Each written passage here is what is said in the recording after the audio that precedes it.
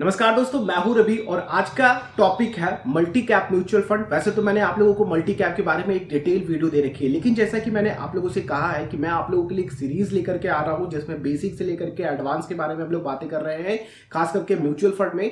तो ये video number 5 है जिसमें हम लोग मल्टी कैप म्यूचुअल फंड के बारे में डिटेल बात करने वाले हैं। तो मल्टी कैप म्यूचुअल फंड क्या होता है, मल्टी कैप म्यूचुअल फंड में किसे इन्वेस्ट करना चाहिए, मल्टी कैप म्यूचुअल फंड में अगर आप इन्वेस्ट करते हैं तो इसके एडवांटेजेस या फिर बेनिफिट किस तरह के होते हैं, रिस्क किस तरह के, किनको अवॉइड करना चाहिए और इन्वेस्ट करने से पहले किन बातों का ध्यान रखना चाहिए। तो मल्टी कैप म्यूचुअल फंड में अगर आप इन्वेस्ट कर रहे हैं, क्योंकि देखिए मल्टी कैप म्यूचुअल फंड को अगर आप लोग समझते हैं कि म्यूचुअल फंड है क्या, ये देखिए अगर आप लोगों को मैंने जो पिछली वीडियोस दी थी जिसमें हम लोगों ने large cap, mid cap, small cap के बारे में बात करी थी और डेट के बारे में भी बात करी थी कि डेट फंड्स क्या होते हैं, तो इसमें मल्टी कैप में क्या है ना कि इन सभी तरह के इन्वेस्टमेंट को शामिल किया जाता है, इस सभी तरह के मार्केट कैप को शामिल किया जाता है। यानी कि आप लोगों का स्मॉल कैप भी होता है, मिड कैप भी होता है, लार्ज कैप भी होता है और डेट फंड्स की भी कैटेगरीज होती हैं। देखिए पहले क्या था कि फंड मैनेजर अपने हिसाब से इन्वेस्ट करता था अलग अलग मार्केट कैप में कि वो किस तरह से इन्वेस्ट करना चाहता है, लेकिन सेबी ने नया रूल बनाया कि आप अगर इन्वेस्ट कर रहे हो मल्टी कैप में तो 25% 25% 25% और 25%, यानी कि 25% लार्ज कैप में, 25% मिड कैप में, 25% स्मॉल कैप में और 25% डेट फंड्स में जाना चाहिए। इससे होता क्या है, इसकी बेनिफिट क्या है कि आप लोगों का पूरा पोर्टफोलियो डाइवर्सिफाई हो जाता है। डाइवर्सिफाई इन द सेंस कि आप लोगों का जो पैसा होता है हर तरीके के मार्केट कैप में जाता है, हर तरीके के सेक्टर्स, चाहे वो फार्मा के हों या फिर टेक के हों या फिर बैंकिंग सेक्टर के हों या फिर ऑटो सेक्टर के हों, इन सभी सेक्टर्स को फाइंड कर लिया जाता है मल्टी कैप में। तो मल्टी कैप का ये एक बड़ा फायदा है कि आप लोगों को ओवरऑल हर तरीके के सेक्टर में एक्सपोजर मिल जाता है, प्लस आप लोगों को हर तरीके के मार्केट कैप में भी इन्वेस्टमेंट करने का मिलता है और कुछ पैसा आप लोगों का सिक्योर ऑप्शन में भी जाता है। जैसे कि डेट में जाते हैं तो मनी मार्केट हो गया, फिक्स सिक्योरिटीज वाले ऑप्शन हो गए।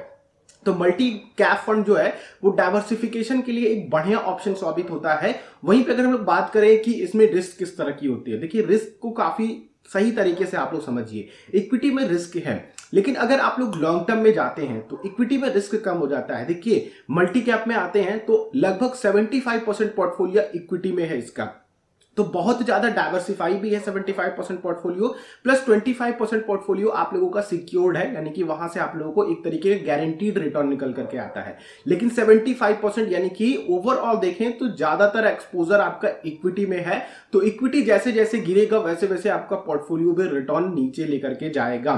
तो ये ध्यान रखिएगा कि आप लोगों का एक्सपोजर तो है पूरे मार्केट पे, अगर मार्केट फॉल आती है तो आपके ऊपर बहुत ज्यादा इफेक्ट नहीं पड़ता है, क्योंकि अचानक से एक सेक्टर नीचे डाउन आते हैं तो दूसरे सेक्टर इसको कवर कर लेते हैं, दूसरे मार्केट कैप्स कवर कर लेते हैं। अगर आप लोग देखते हो जैसे कि मैंने आप लोगों को लार्ज कैप, मिड कैप या फिर स्मॉल कैप में बताया था, तो उसमें क्या बताया था कि लार्ज कैप जो सेक्टर होता है वो नीचे तो गिरता है लेकिन उसकी रिकवरी बहुत तेजी से होती है, और नीचे जब गिरता भी है तो बहुत ज्यादा नहीं गिरता है कि एकदम बॉटम लाइन तक आ जाए या फिर आप लोगों को बहुत बड़ा नुकसान करा दे। वहीं पे स्मॉल कैप और मिड कैप को बताया था मैंने कि स्मॉल कैप अभी मिच्योर होती है कंपनी, मिड कैप थोड़ी मिच्योर हो चुकी होती है कंपनी, तो इनमें फॉल आता है तो मार्केट को काफी ज्यादा इफेक्ट पड़ता है इनकी वजह से, और इन पर भी काफी ज्यादा इफेक्ट पड़ता है मार्केट का। तो यहां पे आप लोगों को ध्यान रखने वाली बात है कि आपको जो पोर्टफोलियो की सिक्योरिटी मिलती है एक तरीके से लार्ज कैप और डेट में मिलती है, बाकी स्मॉल और मिड कैप में लगभग 50% पैसा आप लोगों का एक कह लीजिए कि काफी ज्यादा रिस्की होता है यहाँ पे। तो अगर आप लोग इसमें देख रहे हैं इन्वेस्टमेंट का और ध्यान रखते हैं रिस्क का, तो ध्यान रखिएगा कि आप लोगों का केवल 50% पैसा जो है एक तरीके से सिक्योर्ड है और 50% पैसे पे काफी ज्यादा रिस्क है। तो यहाँ पे ध्यान रखना है आप लोगों को कि आपको बढ़िया रिटर्न यहां से मिल सकता है, प्लस अगर आप लोग यहाँ पे आ रहे हैं तो किस तरह के गोल्स बनाएं। गोल्स बनाने के लिए आप लोग लॉन्ग टर्म्स के गोल बनाइए। आप लोग मल्टी कैप से रिटायरमेंट की भी प्लानिंग कर सकते हैं, क्योंकि यहाँ पे लार्ज कैप का भी एक्सपोजर है और डेट का भी एक्सपोजर है, प्लस स्मॉल और मिड कैप आप लोगों को अच्छा रिटर्न निकाल करके यहाँ पे दे देंगे। तो ओवरऑल अगर आप लोग लॉन्ग टर्म में इसकी प्लानिंग कर रहे हैं, रिटायरमेंट की या फिर किसी भी तरह की प्लानिंग कर रहे हैं लॉन्ग टर्म के लिए जो कि 10 साल से ऊपर की है, तो मल्टी कैप म्यूचुअल फंड आप लोगों के लिए एक बेहतर ऑप्शन साबित हो सकते हैं। तो आई होप आप लोगों को समझ में आया होगा कि किस तरह के बेनिफिट है यहाँ पे, किस तरह का एक्सपोजर मिलता है। बाकी अगर हम बात करते हैं कि किस तरह के इन्वेस्टर को आना चाहिए या फिर अगर आप लोग इन्वेस्ट कर रहे हैं तो किन बातों का आप लोग ध्यान रखें तब मल्टी कैप में आ सकते हैं।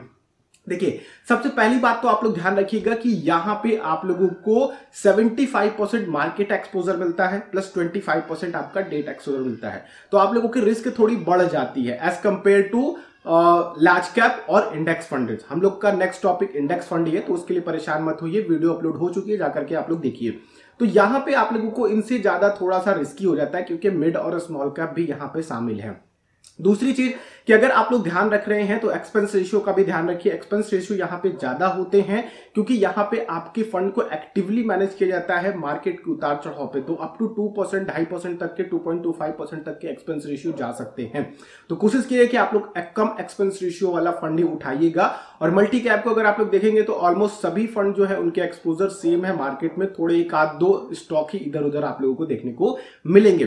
तीसरी चीज, आप लोगों को कैपिटल गेन टैक्सेस का भी ध्यान रखना पड़ेगा। अभी फिलहाल को मैं बताऊं तो मैंने अभी एक मल्टी कैप फंड से एग्जिट किया है क्योंकि मेरा गोल अचीव हो गया था। मैंने जिस गोल के लिए लिया था, 3 साल के लिए लिया था मैंने, वो मेरा गोल अचीव हो गया। लगभग मैंने 28% तक का रिटर्न कमाया और टैक्स वगैरह देकर के ओवरऑल अगर अपना रिटर्न देखूं तो ऑलमोस्ट 24% का रिटर्न मेरा बनता है।